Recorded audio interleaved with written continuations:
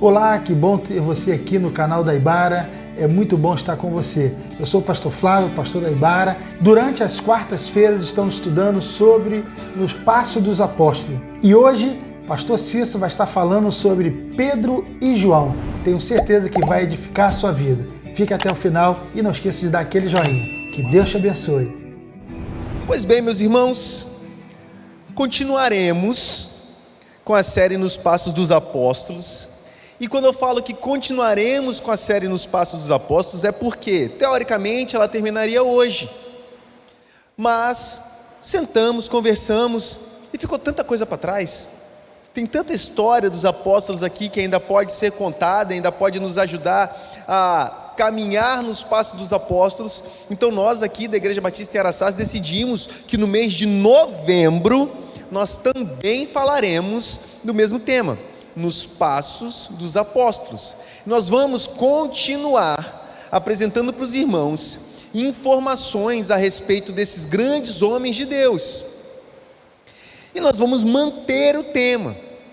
A gente percebeu que ainda tem muito a ser explorado, tem muita coisa que a gente ainda pode falar, e por isso nós caminharemos mais um tempinho ao lado desses grandes homens, aprendendo com esses grandes homens, vendo onde eles acertaram, onde eles erraram, e caminhando com eles, para que a gente possa caminhar nos passos dos apóstolos. O nome disso é ortodoxia. A gente só não fica falando termo técnico, mas é a ortodoxia. Hoje, nós vamos ler um texto muito famoso, um texto muito conhecido, um texto que está no iniciozinho de Atos. Então eu vou pedir para você, meu irmão, abrir em Atos no capítulo 3. Nós vamos ler os 10 primeiros versos. Vou projetar. E o que eu vou te pedir? O de sempre. Eu peço para que você abra a Bíblia, deixe sua Bíblia aberta, volte ao texto, medite no texto, para que você aprenda um pouco mais sobre ele. Quem sabe ler o capítulo inteiro, voltar 2 capítulos, ler Atos 1, 2 e 3 para conhecer o desmembramento, até porque só tem Atos 3, porque tem Atos 1 e Atos 2. Então é bom você saber, para você entender o desdobramento desse texto. Por que esse texto acontece? Em qual situação esse texto acontece? Então, Atos, no capítulo 3, nós vamos ler os 10 primeiros versos. Esse texto que está projetado está na Nova Versão Internacional. Nessa versão, o texto narra essa história da seguinte maneira: certo dia, Pedro e João estavam subindo ao templo, e na hora da oração, às 3 da tarde, estava sendo levado para a porta do templo, chamada Formosa, um aleijado de nascença, que ali era colocado todos os dias para pedir esmolas aos que entravam no templo. Vendo que Pedro e João iam entrar no pátio do templo, pediu-lhes esmola. Pedro e João olharam bem para ele, e então Pedro disse: olha para nós. O homem olhou, olhou para eles com atenção, esperando receber alguma coisa. Disse Pedro: não tenho prata nem ouro, mas o que tenho, isso lhe dou. Em nome de Jesus Cristo Nazareno, ande. Segurando-o pela mão direita, ajudou-o a levantar-se. Imediatamente os pés e os tornozelos do homem ficaram firmes, e de um salto pôs-se de pé e começou a andar. Depois entrou com eles no pátio do templo, andando, saltando e louvando a Deus. Quando todo o povo viu andando e louvando a Deus, reconheceu que era ele mesmo, o homem que costumava mendigar sentado à porta do templo chamada Formosa. Todos ficaram perplexos e muito admirados com o que lhes tinha acontecido. Palavra de Deus. Pedro e João são, sem dúvidas, os 2 apóstolos que são mais lembrados pela igreja. Quando a gente pensa num apóstolo, provavelmente o nome de Pedro ou o nome de João vai ser lembrado pela maioria das pessoas que estão sentadas no banco das igrejas, ou mesmo se a gente fizer uma pesquisa na rua, se a gente for na pracinha, se a gente for em algum lugar e falar, me fala o nome de um apóstolo, provavelmente alguém vai dizer Pedro ou João. Duvido que alguém fale Tadeu ou Simão Zelote. Tem que ser muito Caxias para falar Tadeu. talvez você nem lembrasse que existisse um apóstolo com o nome de Tadeu. Pois existe. São dois Simões, um Pedro e outro que não é Pedro. Então, esses dois personagens, eles são muito ricos de informação na Bíblia. São personagens que temos muito texto para ser lido a respeito deles. Mesmo o texto sagrado apresenta esses personagens de maneira diferente.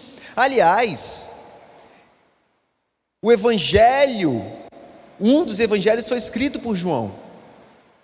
Pedro tem 2 cartas escritas, João tem outras cartas escritas, então eles não só são apóstolos que são citados ricamente na Bíblia, como da mão deles, da pena deles, nós temos textos que nós chamamos hoje de palavra de Deus.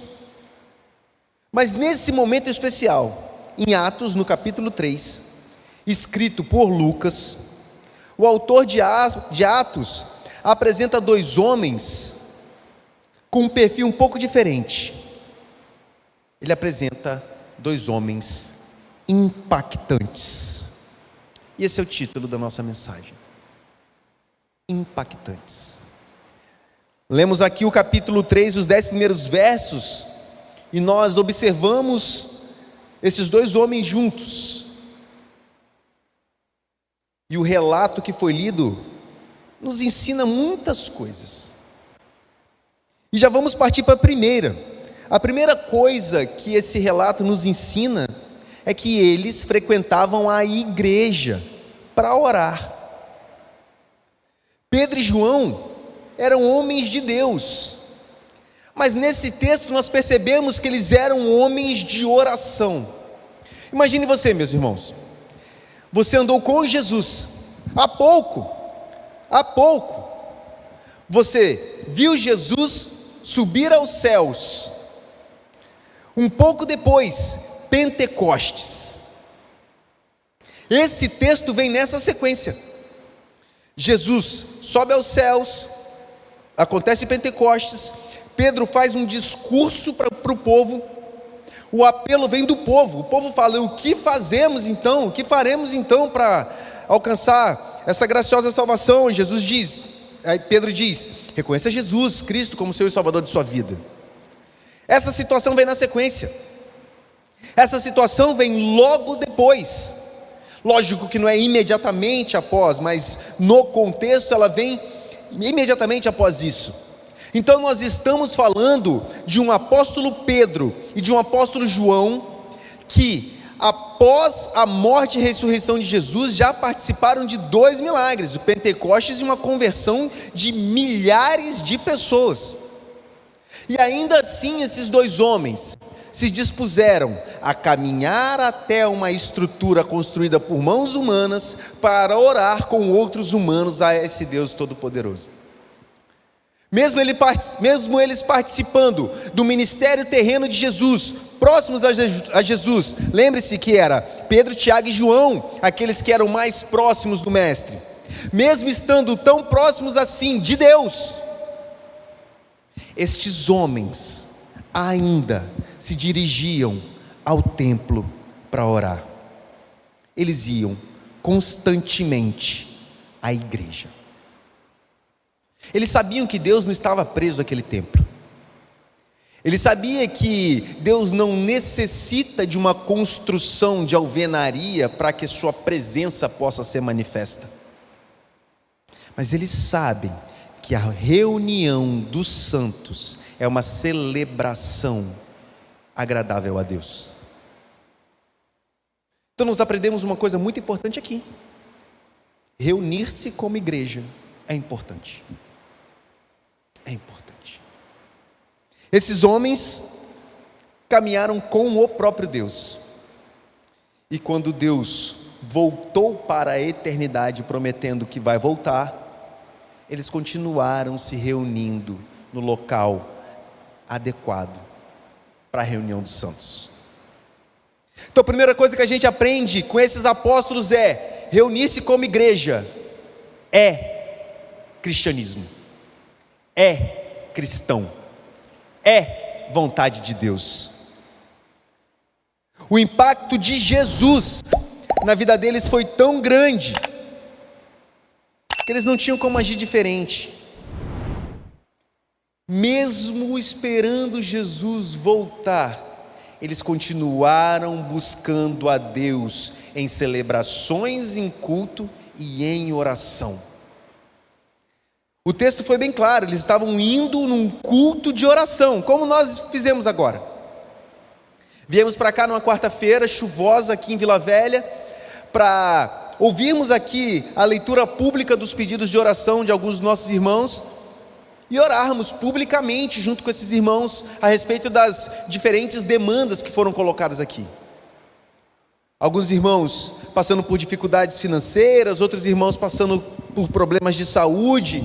Muitos agradecimentos a Deus, como o agradecimento da nossa irmã Débora, que é um belo de um agradecimento. Nós oramos aqui, é uma resposta de oração, e é muito bem-vinda quando a gente lê uma resposta de oração, uma oração ser atendida, a prova nossa de que Deus continua com os ouvidos abertos ao nosso clamor, à nossa oração, e a gente sente com o nosso irmão o alívio que ela está sentindo agora.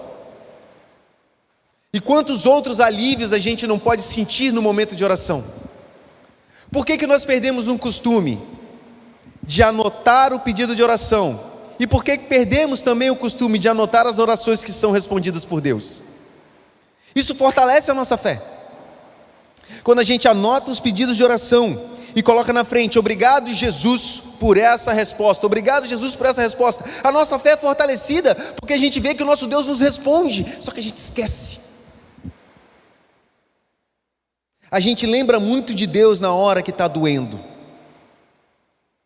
mas no dia de festa, nem sempre a nossa voz é levantada ao Senhor. Esses homens, Pedro e João, com a intimidade que eles tinham com Jesus, no Monte da Transfiguração, viram Moisés e Elias ali, a voz de Deus. Ainda assim, esses homens não se orgulharam disso, continuaram indo ao culto para fazer orações a esse Deus Todo-Poderoso. Esses homens impactantes também nos ensinam outra coisa. Eles observaram o entorno do templo com atenção. Veja bem, eles estavam indo para a igreja, Pedro e João juntos, caminhando até o templo, para poder orar ao Senhor. Esses homens impactantes não somente foram ao templo, eles foram atentos ao templo. Estar atento é uma característica que foi muito bem explicada aqui por Lucas, quando se referia a esses dois apóstolos. Esse homem que estava sentado naquela proximidade do templo, como diz o texto, era um homem que estava ali todos os dias. Ele sempre era colocado ali. Só que esses apóstolos, eles não somente foram com atenção às coisas que aconteciam, mas vejam bem, eles deram atenção àquele que estava na região. Então, uma coisa é ter atenção, outra coisa é dar atenção. Pedro e João, eles foram atentos e deram atenção. E eles deram atenção a um homem, não importa a cor, não importa o nome, que a gente não sabe o nome dessa pessoa, não importa a situação que ele estava, se ele estava limpo, se ele estava sujo. Esse deficiente anônimo, ele foi visto, não somente olhado, como a gente passa por uma árvore. Aquele deficiente anônimo foi reparado por aqueles que vivem ainda um momento de oração e culto. Porque a gente se engana quando a gente chama isso aqui de culto. A gente se engana completamente. A gente se engana miseravelmente quando a gente diz: eu vou para o culto. Meus irmãos, não se enganem, isso aqui é uma celebração, porque se o Espírito de Deus está contigo, se o Espírito de Deus caminha contigo, igual Jesus Cristo prometeu, esse Espírito que anda conosco, nos fazendo lembrar de todas as coisas, significa que Deus está como tabernaculando do nosso lado. E se Deus está presente, como é que é o nome disso? É culto. Então o nosso culto é a nossa vida diária. Aqui nós cultuamos coletivamente, nós fazemos uma celebração, nós celebramos esse Deus Todo-Poderoso de forma coletiva, mas nós não iniciamos o nosso culto nesse momento. Se você faz isso, meu irmão, se você faz isso, minha irmã, mude imediatamente. O nosso culto começa indefinidamente, e ele termina ou quando nós morremos, ou quando Jesus voltar. Nosso culto é a cada segundo, nosso culto é a cada minuto, nós cultuamos a Deus em todos os momentos. Por isso que esses dois homens, Pedro e João, em culto, no momento de culto, caminhando pela rua, deram atenção a quem merecia atenção. Veja bem, meus irmãos, eles não usaram a miséria daquele cidadão para poder se promover. Nossa religião não é essa, que depende da miséria alheia para que a gente possa ter um desenvolvimento espiritual, ou que depende da miséria alheia para que a gente possa adquirir a nossa salvação. Não é a nossa fé. A nossa fé não depende da miséria para que nós herdemos a salvação. Nossa salvação foi nos dada de forma gratuita por aquele que é eterno. O sangue de Jesus nos livrou das mãos poderosas de um Deus irado.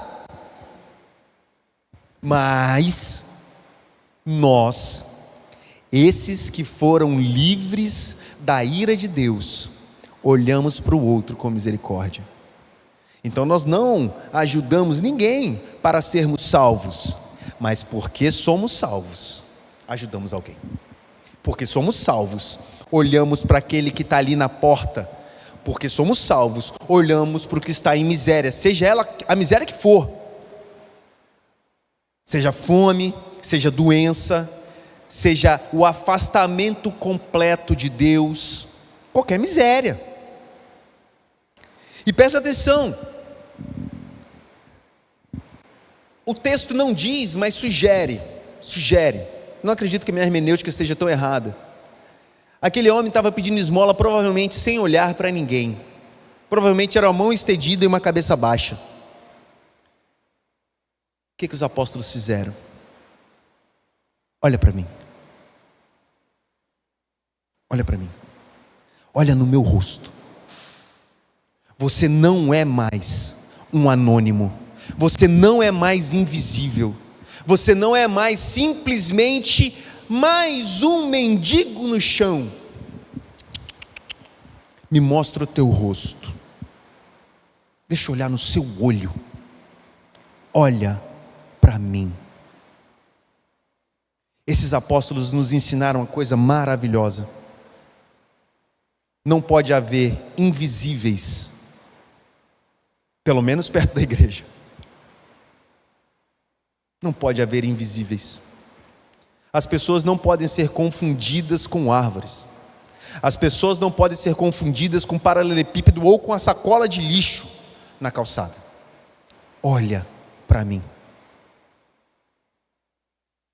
Esse texto é poderoso. Esse texto é maravilhoso. Quanto ensinamento nós temos desses homens que aprenderam com Jesus tantas coisas valiosas. Falar olho no olho com alguém que está passando por uma dificuldade. Dar a atenção devida para quem está precisando de uma atenção. A pior coisa que a gente pode fazer, meus irmãos, é alguém vir contar para a gente alguma dificuldade e a gente falar: passei por algo pior, rapaz, olha, minha vida é assim, assim, eu ganhar do problema da pessoa. Deixa seu irmão desabafar a dor. Ah, mas ele não é meu irmão. Deixa o ser humano desabafar a dor. Olhe no olho. ele não é crente. Olhe no olho. Dê a atenção devida àquele que tem a imagem de Deus, seja cristão ou não. Todo cidadão, de forma manchada pelo pecado, é verdade, mas todo cidadão é imagem de Deus. O que nós somos é regenerados, diferente. Mas isso não é mérito nosso também não. É mérito da cruz de Cristo, do sangue de Jesus, não é mérito meu. Olhe no olho daquele que você já julgou miserável. A palavra misericórdia é uma palavra muito interessante, porque ela é a palavra miséria e coração, de cardio. Eu coloco o meu coração na sua miséria, eu te entendo. Nós devemos ser um grupo de misericordiosos, assim como o nosso mestre foi conosco, assim como esses dois apóstolos foram com esse mendigo deficiente. Esses que somos nós, que andamos nos passos dos apóstolos, o que devemos fazer? Assim como eles. Está na Bíblia, é o texto, é sagrado. E na sequência, braço estendido. Ação de quem está disposto a ajudar o caído. Braço estendido, força no ombro, fica de pé. Aqui nós estamos falando literalmente de alguém que não conseguia ficar em pé por conta de uma deficiência. Mas os tombos são tantos. Tantas pessoas estão no chão. Tantas pessoas estão caídas. São tantas pessoas com as pernas e os tornozelos fracos. E o seu braço está estendido? Sua mão está estendida pela mão direita dessa pessoa que está caída, para que ela possa se levantar e ficar de pé, não importa o tombo. É óbvio, meus irmãos, que a Bíblia diz que nós temos que corrigir o nosso irmão em amor. A Bíblia diz que nós temos a Bíblia como uma correção normativa, que aponta o caminho, o direcionamento correto. É óbvio que nós não vamos ficar aqui defendendo o pecado. É óbvio que a gente não vai dizer, você pecou, não tem problema, continue pecando. Não é isso que eu estou dizendo. Eu estou dizendo que, mesmo que com a nossa boca nós tenhamos em amor uma palavra de correção, os nossos braços precisam estar estendidos, para que essa pessoa que está no chão não seja humilhada pela minha correção, mas seja confrontada por ela e animada por ela, para que essa pessoa possa estar de pé e voltar a caminhar. Aqui, no caso dos apóstolos, era de fato uma deficiência que impedia que essa pessoa ficasse de pé. Não só impedia que essa pessoa ficasse de pé, impedia que essa pessoa tivesse uma vida digna. Essa pessoa dependia das moedas e dos trocados daqueles que passavam por ali. Para comer, essa pessoa dependia da esmola. Não sei quanto isso era, o texto não diz. E no final do dia, esse fulano de tal tinha X denários, sei lá. Não diz. O texto não diz. O texto só diz que ele precisava disso todo dia. Sem isso, a vida dele acabaria. Talvez este momento do braço estendido, do olho no olho e do braço estendido, tenha sido a primeira vez que essa pessoa foi reparada como ser humano na vida. Um rapaz que nasceu assim, na infância não pôde brincar, quando bebê não aprendeu a engatinhar, uma criança que ficava sentada vendo os outros correrem atrás de algum brinquedo, um adolescente que não pôde se relacionar, não pôde sequer ter uma namoradinha, não pôde ter ninguém, ele continuava afastado, continuava de canto. Não sei como é que era a relação com os pais, mas certamente ele não pôde desenvolver uma vida com os amigos, até porque hoje já é difícil para o deficiente, com cadeira de rodas, com as muletas, com asfalto. Volta 2000 anos, imagina a dificuldade de locomoção desse homem. A gente tem um milagre assim na Bíblia, de um rapaz que é descido pelo teto, com muitos amigos para resolver esse problema. Então esse é um rapaz que passou uma vida inteira de invisibilidade, mas não nesse dia. Não nesse dia. Hoje não. Olha no meu olho, pega na minha mão e vem. A gente aprende também que Pedro e João impactaram a vida dele. Impactaram. Porque muito mais do que o milagre de andar, eles ofereceram Jesus Cristo de Nazaré, o que pode salvar. A falta de um recurso que Pedro e João não tinham, não foi igual à falta de fé. Homens de fé. Quantas pessoas não nos param na rua? Todo tipo de gente para a gente na rua. Alguns pedem uns trocados, outros podem te pedir socorro. Quantas pessoas? Quantas delas a gente não lembra sequer o rosto? Quantas delas nós não falamos, olha para mim? Quantas delas nós não estendemos a mão?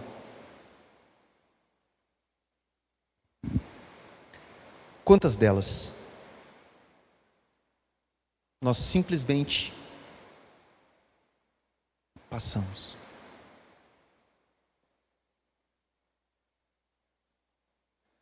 Andar nos passos dos apóstolos é impactar a vida de alguém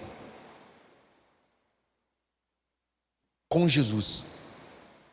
Esse é o maior de todos os impactos. Impactar a vida de alguém em nome de Jesus é o melhor de todos os impactos, porque é salvação.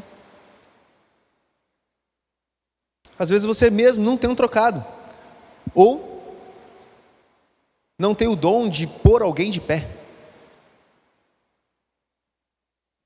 É possível. E eu entendo. Não estou te cobrando que você cure todos os deficientes que estiver na sua frente. Não é essa a mensagem.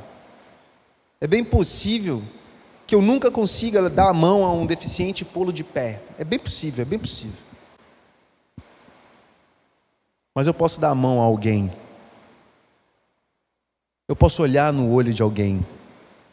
Eu posso fazer a diferença na vida de alguém. Eu posso apresentar Jesus para alguém.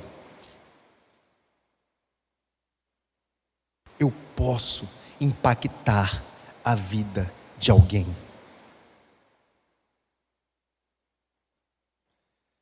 A gente pode impactar essa sociedade de maneira tremenda.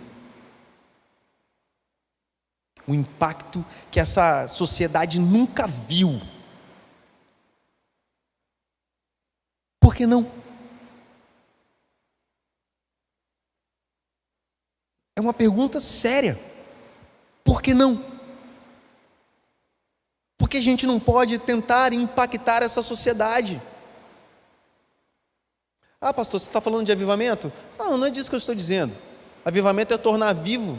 E se nós nos considerarmos mortos, é muito difícil um morto clamar por um avivamento. O avivamento depende exclusivamente de Deus. Mas por que não? Eu preciso impactar essa sociedade com a minha fé em Jesus. Um impacto poderoso, nem que seja no entorno da igreja, nem que seja no nosso bairro, nem que seja no nosso quarteirão, mas impactar com Jesus.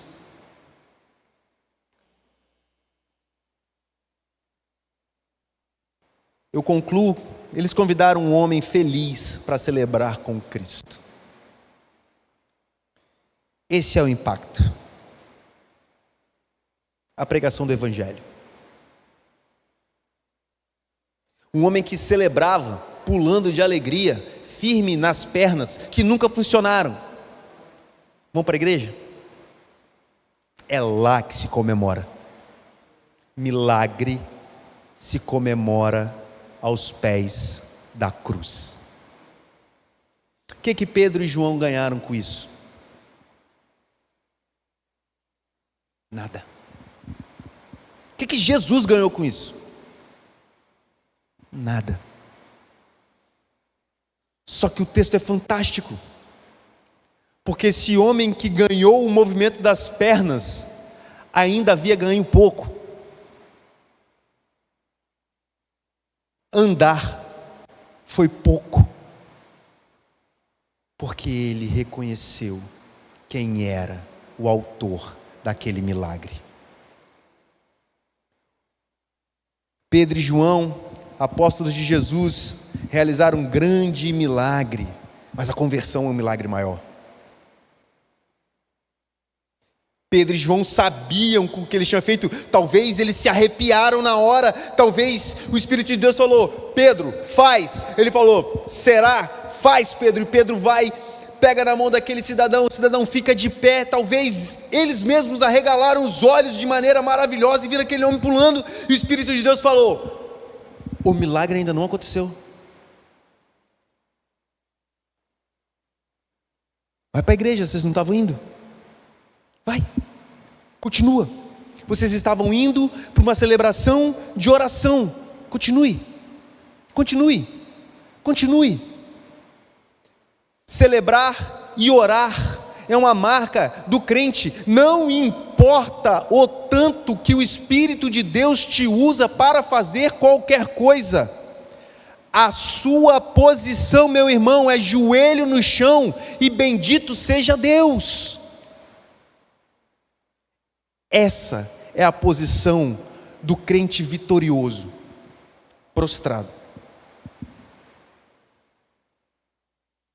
É um inverso daquilo que a gente entende de vitória que a gente vê aí no planeta. O crente de vitória mesmo, o crente vitorioso, não o crente de vitória, parece que é o crente da capital aqui, né? Do Espírito Santo, mas também, né? Mas o crente vitorioso é o crente que sabe que é joelho no chão, rosto em pó e bendito seja Deus nos lábios. Vida sendo salva é o maior de todos os impactos que nós podemos ter em nossa sociedade. Verdadeiros cristãos, verdadeiros discípulos de Jesus, pessoas que, se nos seguirem, estarão seguindo o exemplo do Mestre. Que nós vemos muitas igrejas locais com o nome de igreja com as portas abertas. Tem uma estatística que diz que em 10 anos provavelmente o Brasil será um país que não vai ser mais de maioria católica romana, mas de maioria cristã evangélica. Não sei que vantagem para estar assim. Um país que vive aos tiroteios, um país que o lixo está espalhado no chão, um país onde os nossos representantes, salvo meia dúzia, a grande maioria deles, não valem uma moeda de 10 centavos.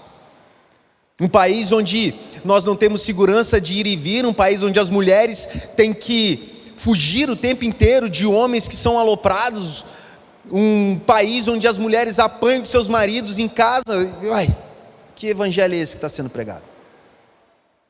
Então o nosso impacto está falhando em algum momento, ou talvez estamos impactando pouco. Que tal começarmos a impactar agora então?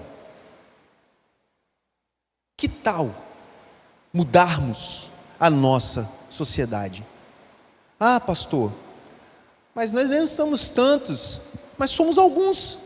Jesus tinha 12. Jesus tinha 12. Que se tornaram 70, centenas, 3.000 em Atos. Na primeira pregação de Pedro, 3.000. Aqui mais um. E o tempo passa e mais e mais e mais pessoas, e estamos hoje aqui. Então eu preciso impactar mais alguém, para que se impacte mais alguém, e essa rotina de discipulado seja constante, e que mais e mais e mais e mais e mais pequenos cristos possam existir na nossa sociedade. O que falta para você ser uma cópia impactante de Jesus, meu irmão? Coragem, conhecimento bíblico. O que falta? Seja alguém que cause impacto cristão nessa sociedade. Explore o dom que Deus te deu. Deus te deu um dom, não sei qual é, mas Deus te deu um dom. Use-o. Use o dom que Deus te deu. Frequente os cultos, ore ao Senhor, não deixe de observar o entorno, esteja preparado para dizer levante e ande, esteja preparado para olhar no olho do anônimo, esteja preparado para apresentar a Ele o nome de Jesus. Vamos ficar de pé?